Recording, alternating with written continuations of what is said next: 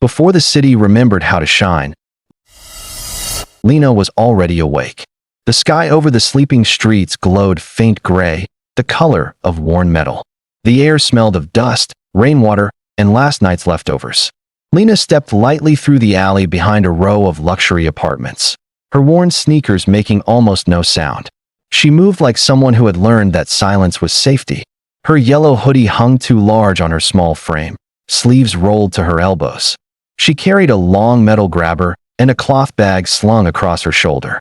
Each step was careful, deliberate, as if she were afraid the world might break if she walked too loudly. Trash collecting was not a job she had chosen. It was simply what remained after everything else disappeared. 3 years ago, her father had died at a construction site accident. Her mother followed months later, worn down by grief and illness. Since then, Lena survived by gathering recyclables before the city sanitation trucks arrived.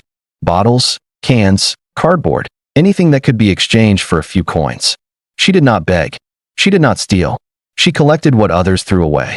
To Lena, trash was not garbage. It was survival. She knelt beside a pile of black bags and carefully opened one. Inside were empty plastic containers, a cracked toy robot, half-eaten bread sealed in plastic. Her eyes softened at the sight of the toy. She wiped it clean on her sleeve and placed it gently in her bag.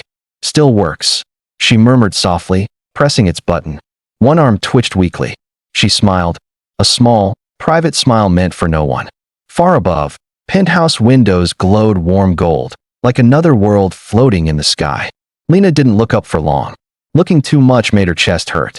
Instead, she continued her quiet work, sorting the discarded remains of a city that would never notice her existence.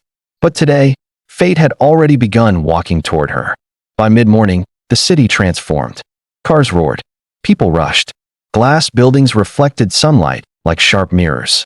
Lena avoided crowded streets when she could, but today she needed to reach the recycling center before noon. She crossed a wide boulevard, clutching her bag tightly. That was when it happened. A sleek black car turned too fast into the driveway of a towering corporate building. Lena, distracted by balancing her heavy bag, stepped forward at the wrong moment. She slammed against the side of the car and fell hard onto the pavement. Her bag spilled open. Plastic bottles rolled everywhere. For a heartbeat, the world froze. Then the car door opened. A man stepped out, tall, impeccably dressed, radiating authority like a shield. Adrian Cole, CEO of one of the largest tech corporations in the city, was not used to interruptions. His schedule was planned down to the minute. But the sight before him made him pause. The girl on the ground wasn't crying. She wasn't yelling. She wasn't even looking at him. She was scrambling to gather her bottles. "I'm sorry," she said breathlessly. "Please don't throw them away." Her voice carried no anger, only fear of losing what little she had. Adrian blinked, momentarily disarmed. "Are you hurt?" he asked. She shook her head quickly, though her elbow was bleeding. A security guard rushed forward. "Sir, we should call." "It's fine," Adrian interrupted, kneeling unexpectedly. He picked up a bottle and handed it to her. Their eyes met for the first time. Hers were enormous, cautious, but bright, like someone who had learned to hope carefully. Something tightened in his chest. When she tried to stand, she wobbled. He instinctively reached out, steadying her. She froze at the contact, as if kindness itself were unfamiliar. "Thank you," she whispered. Then she gathered her bag and hurried away before anyone could stop her. Adrian remained kneeling on the pavement long after she disappeared into the crowd. For the first time in years, he was late for a meeting. All day, Adrian could not focus. Board members spoke. Assistants delivered reports. Screens displayed profit projections. None of it stayed in his mind. All he could see were those eyes. He had built his life on control, clean numbers, strategic decisions, calculated risks. Emotion had no place in the empire he created. Yet the image of that girl kneeling on the pavement, protecting trash like treasure, cracked something inside him. That evening, he returned to the driveway where they had collided. She was there. Lena sat on the curb, carefully counting coins into a small tin box. Her face lit by the orange glow of sunset made her look younger, almost childlike. She noticed him immediately and stiffened. "I'm not in the way," she said quickly. "You're not," he replied. He hesitated, unsure how to speak to someone whose world was so different from his. "What's your name?" "Lena." He sat beside her, a CEO on a dusty curb, ignoring the stares of passers-by. "Do you go to school, Lena?" She shook her head. "Used to." Her voice carried no bitterness, only a quiet acceptance that felt far heavier.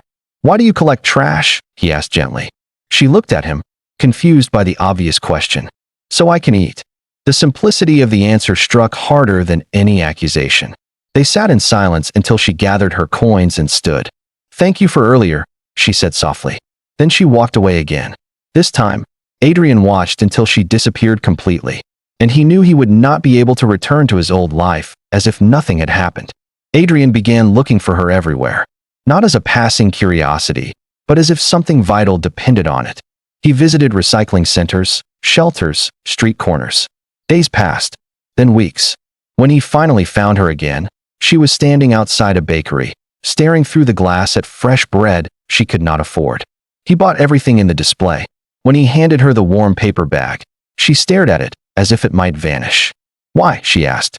He didn't know how to explain that helping her felt like saving a part of himself he had lost long ago. "Because you shouldn't have to be hungry." She ate slowly, carefully, as if stretching the moment mattered more than filling her stomach. Crumbs stuck to her cheeks. She didn't notice. For the first time, Adrian smiled without restraint. Months later, Lena stood at the entrance of a school. Her hair was brushed neatly. Her clothes were simple but clean. A backpack rested on her shoulders. New, unfamiliar, full of possibility. She kept touching it as if afraid it might disappear. Adrian waited nearby, not wanting to overwhelm her. "You don't have to stay," she told him quietly. "I know," he said, "but I want to." Children ran past them laughing. The sound made Lena flinch at first, then slowly relax. She took a deep breath. "Do you think I can really do this?" He looked at her, not as a charity case, not as a responsibility, but as a person with a future. "I think you already survived harder things." For the first time since her parents died, Lena stepped forward without fear of what waited ahead. She entered the school. Sunlight poured through the doorway, wrapping around her like a promise. Adrian remained outside, watching until she disappeared into her new life. He realized something then. She hadn't just changed her future. She had changed his too. Because sometimes, the smallest collisions reshape entire worlds.